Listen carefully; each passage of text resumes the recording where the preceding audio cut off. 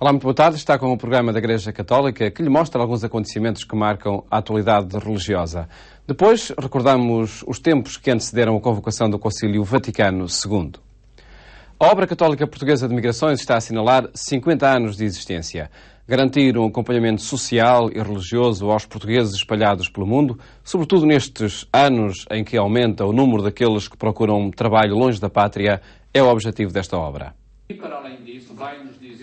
O Encontro Internacional da Pastoral das Migrações decorreu em Alfragide e juntou responsáveis pastorais vindos de missões na Alemanha, França, Luxemburgo ou Holanda, além de delegados de diversas dioceses portuguesas. Uma oportunidade para se conhecer melhor o trabalho de todos.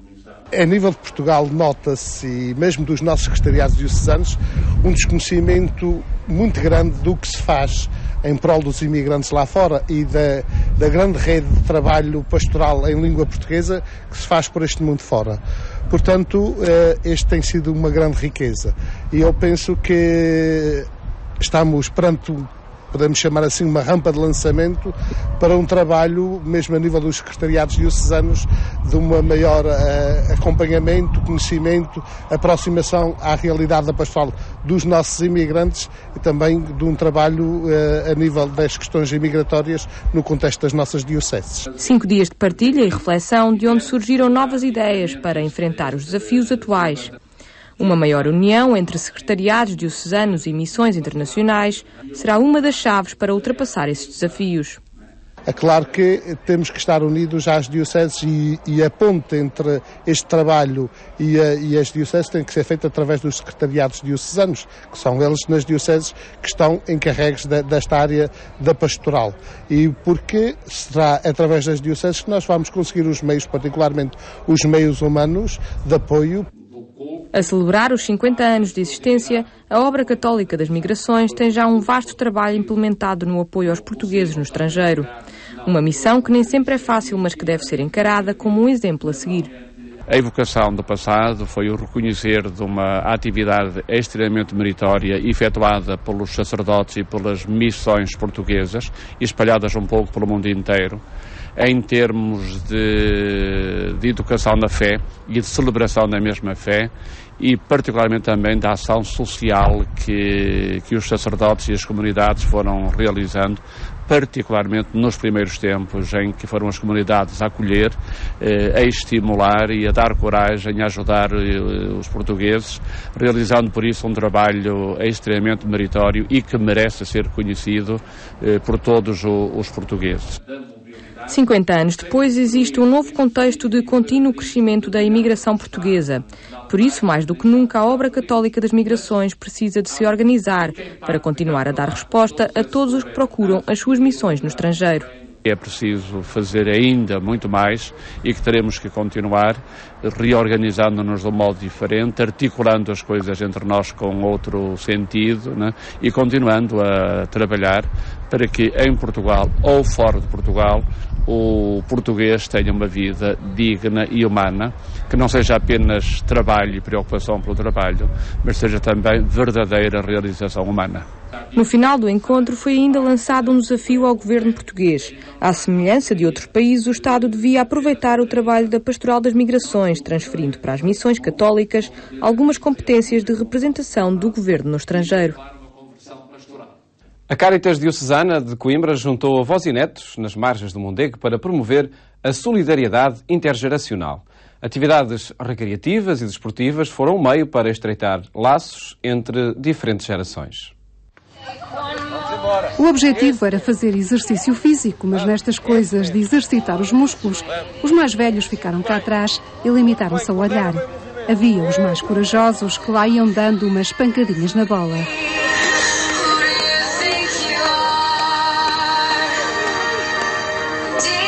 No Ano Europeu do Envelhecimento Ativo e da Solidariedade entre Gerações, a Cáritas Diocesana de Coimbra promovia um encontro de avós e netos na margem esquerda do Mondego. Vemos que já existe muito pouco essa solidariedade entre gerações e esse convívio entre avós e netos, que nós acreditamos que é bastante saudável e por isso é que quisemos promover esta iniciativa. A afluência não foi a desejada, justificada pelo período de férias que já se vive, mas os que vieram fizeram a festa. Um dia que nós estamos a gostar muito um dia bom, pronto, para eles e para nós também, a vós. Muito bom, graças às Cáritas, que está tem um grande desenvolvimento em Tabeiro. Pronto, nós estamos gratos a isso tudo. Olha, já fez aqui um bocadinho de desporto? Já. Também muito simpático o senhor que dá as aulas. Tem uma grande simpatia pelas idades. Muito bom. Como é que está a ser este dia aqui com as tuas duas avós? Está a ser muito divertido. Andaste a fazer ginástica? Sim. Temos divertido, já fizemos uns joguinhos e brincamos com eles, que é muito importante. Isso costuma também ser nos outros dias do ano? Sim. Tem uma relação muito grande com os netos? Ótima, sim. Tem quantos netos? 4. É importante haver este diálogo intergeracional? Sim, é muito importante. Hoje tivemos as aulinhas de manhã, uma manhã didática, à tarde vamos ter uma apresentação de ginástica com miúdas mais jovens, que é lá da Escola de Taveiro, do agrupamento, e vamos conviver, sobretudo... E também vem um grupinho de idosos, que pertencente à Cáritas, que é o grupo, penso que é a Alegria, que também vem cá animar um bocadinho, vem também cantar. Primeiro partilham as nossas crianças aos mais idosos e depois os mais idosos às nossas crianças, e vai haver esta partilha durante a tarde. A determinação da avó Laura quase nos fazia acreditar que íamos conseguir imagens da radicalidade dos mais velhos, mas foi falso alarme. A idade já não permite grandes brincadeiras e ficou apenas a pose para a fotografia. Competir e conviver é o grande objetivo do Clérigos Cup, o torneio de futsal que congrega as seleções de padres de diversas dioceses de Portugal. A 7ª edição decorreu em Lamego e a Taça da Vitória foi para Braga.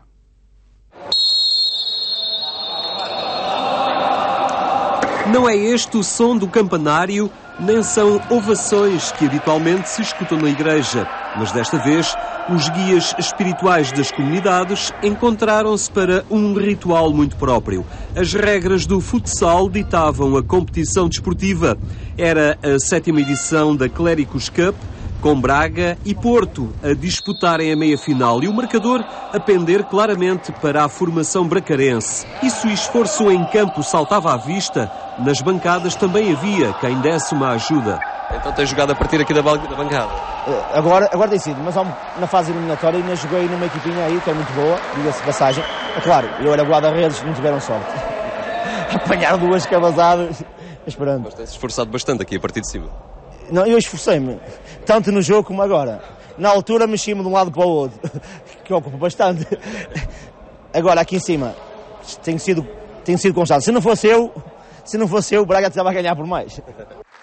No final, 5-1, Braga e à final. É importante nós, como padres, sentirmos que estamos ativos, que não somos só os únicos, somos uma igreja viva e é junta, não é só um caso isolado. Eu trabalho em minhas paróquias, podemos dizer, eu sou o chefinho daquela zona e depois há outro que é maior, que comanda as coisas, chama-se bispo.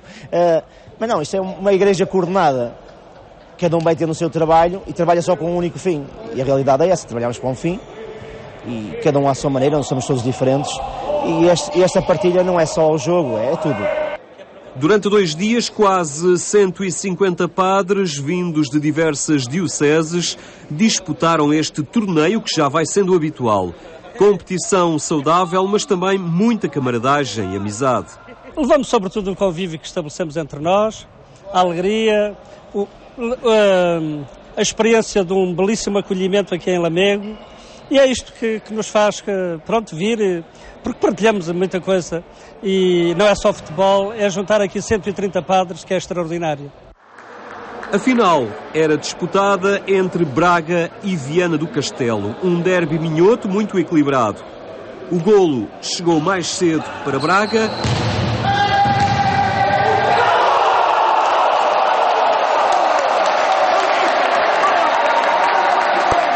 Mas Viana do Castelo conseguiu repor a igualdade.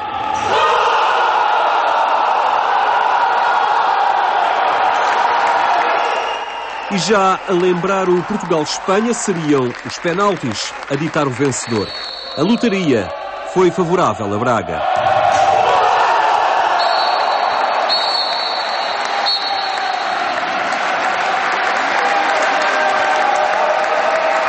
Isto é resultado de um trabalho que este ano viemos desenvolvendo Levámos isto muito mais a sério, com uma preparação, e essa preparação hoje ficou visível, quer dizer, a gente trabalhou e com alguma humildade, com algum querer e com algum espírito de sacrifício, este ano levámos vencida. Mas também, continuo a dizer, também tivemos a estrela da sorte do nosso lado este ano. É sempre bom, porque acabamos por conviver, conhecer colegas de outras dioceses, e de uns anos para os outros vamos matando saudades, digamos assim. Na parte desportiva é sempre um bocado aborrecido perder. Nós que ganhámos 5 anos consecutivos, no ano passado perdemos, este ano conseguimos chegar à final. Estávamos com esperanças de ganhar, até porque é sempre um clássico, Braga-Viana, mas desta vez nos penaltis não tivemos sorte. Medalhas e taças eram o símbolo da vitória e do esforço em campo, mas o mais importante é a proximidade e o convívio que o desporto concretiza. E um padre que joga a bola é um padre com mais possibilidades de cativar as pessoas. Tenho um grupinho que joga à sexta-feira com alguns paroquianos e é sempre gratificante. Deixamos um bocadinho as coisas ali para praticar o desporto e também é uma forma de demonstrar às pessoas que o facto de ser o sacerdote ou ser o pároco daquela comunidade não é diferente dele. Tenha uma responsabilidade, tenha uma missão, tenha um apostolado a fazer. A partir daí é preciso cada um no seu lugar, cada um respeitando o que é e assim podemos naturalmente dar um outro rosto do que é a Igreja hoje. Estes campeonatos fornecem também os talentos desportivos para a Seleção Nacional de Padres, que anualmente disputa o Campeonato da Europa. E se no Euro Portugal caiu perante a Espanha, fica a saber que os padres portugueses são os campeões europeus de futsal para sacerdotes católicos, tendo ganho o torneio realizado na Hungria com uma vitória nos penaltis sobre a favorita Croácia por 5-4. A competição e o convívio entre sacerdotes de Portugal. Agora colhemos memórias dos anos 60, nomeadamente as que se referem ao início do Concílio Vaticano II, que aconteceu há 50 anos, aqui analisadas pelo padre Arlindo Magalhães Cunha, em diálogo com o jornalista Henrique Matos.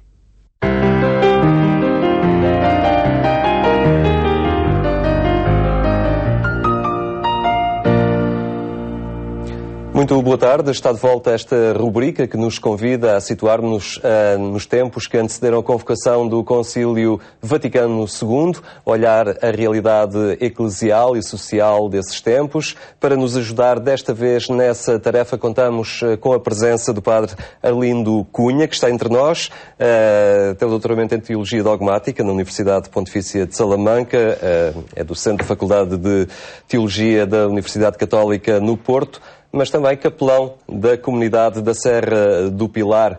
Obrigado por estar hoje aqui connosco. Eu começava por lhe perguntar como é que viveu, o que é que recorda dos tempos da convocação do Concílio Vaticano II. Foi ordenado sacerdote poucos anos depois deste grande acontecimento da Igreja. O que é que recorda destes tempos em que se convocou um concílio, a percepção que as pessoas tinham desta realidade na Igreja? Olha, mesmo assim eu tenho de dizer que quando o concílio foi convocado eu era um miúdo. Eu tinha 14 anos. 68, eu tinha 14 anos, não é? E vivia num país, como se sabe, que deu muito pouca atenção ao concílio. E, portanto, eu não me lembro, eu não tenho memória, tenho memória da morte do Papa João XXIII. Aí já andava a estudar, já estava em teologia, isso sim. E tenho memória depois do começo do concílio. Agora, na altura própria, quando ele foi anunciado, não me recordo. Não me recordo. Não tenho. E os professores que eu tinha, mesmo de teologia, nunca falaram nas aulas no concílio. Nunca. De qualquer modo, digamos, no decurso das sessões conciliares, eu acabei por me apaixonar pelo que se passava em Roma, que eu não media bem. De qualquer modo, lembro-me perfeitamente que no meu último ano de teologia, ano escolar 65-66, eu e um colega meu comprávamos, ao tempo das sessões, comprávamos o Le Monde para ler o Henri Fesquet. E tínhamos notícias frescas. Não entendíamos porque é que na teologia que nos ensinavam não se falava disso. Lembro-me vagamente de o bispo, na altura que estava no Porto, o bispo, no fim da primeira sessão, ter aparecido uma noite no seminário maior a contar umas coisas que se passavam lá por Roma, e que as leituras da missa iam ser feitas em português, mas só as leituras da missa, nem pensar no cânon. Isto é do pouco que me lembro. Agora, da frente, olhando para trás, tenho de dizer que tive um pároco absolutamente fora do seu tempo. Absolutamente fora do seu tempo. Com quem aprendi muito, mas só depois percebi que aí estavam antecedentes do concílio. Eu cito 3 coisas. Primeiro, era ele que dava a catequese toda. Ele foi o meu catequista. E isso pesou muito. Segundo, sempre tenho memória de sempre, na missa dominical, as leituras serem feitas em português. Ele, virado de costas, lá lia o latim, mas havia uma pessoa adulta que fazia as leituras em português. Eu estranhava, quando ia à missa aqui e acolá com os pais, estranhava que não se fizesse isso ao que eu estava habituado. Segunda coisa. Terceira coisa. Ele, todos os anos, fazia uma sessão de cinema para os miúdos das escolas. Era no dia 1 de dezembro, havia Magosto e havia cinema. Lembro-me de ver o Charlot. Lembro-me de ver o Charlot.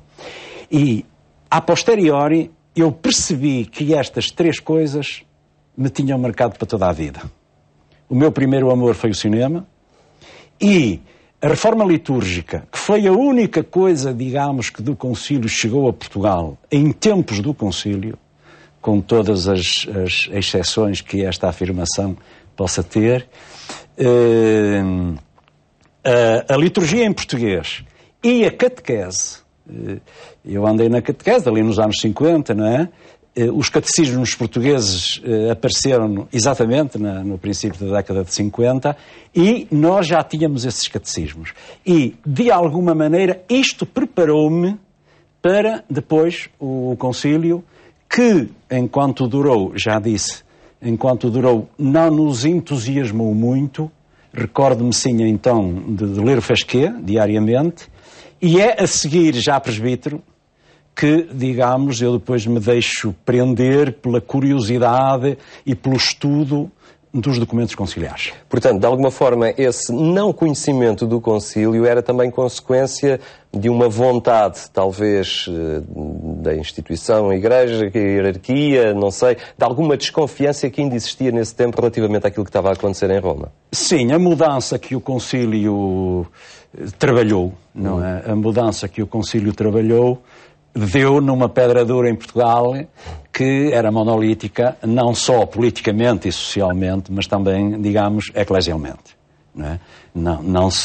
Não se previa, não acontecia nada de especial, e lá estou eu outra vez a exagerar, porque com o meu pároco, de facto, acontecia qualquer coisa que me marcou, e não foi só a mim.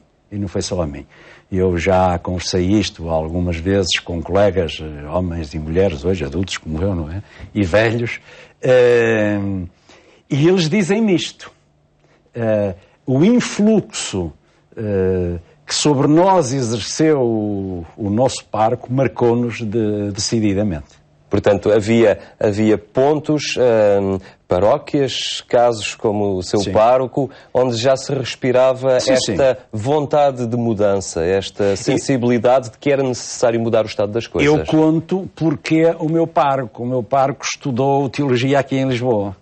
E aqui em Lisboa foi aluno de um homem chamado Monsenhor Pereira do Reis, que é, digamos, o pioneiro da reforma, do movimento litúrgico que avassalava já a Igreja, não é?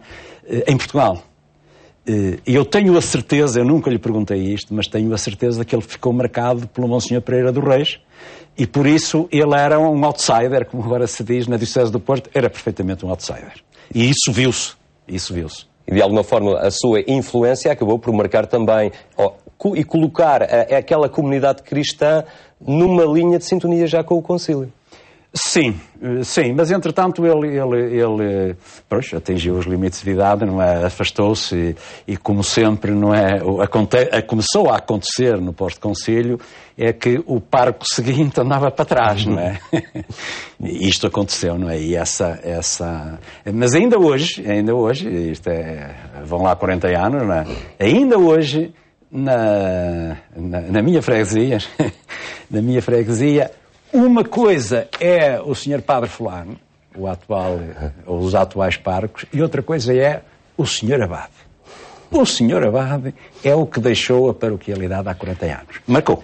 E que semeou essas sementes de concílio ainda antes dele acontecer efetivamente. Sim. Padre Arlindo Cunha, muito obrigado por ter partilhado connosco nesta rubrica estas suas memórias preciosas dos tempos que antecederam e decorreram no Concílio Vaticano II, tão importante para a Igreja Católica. Foi mais uma das nossas rubricas. Estaremos de volta de hoje a 8 dias.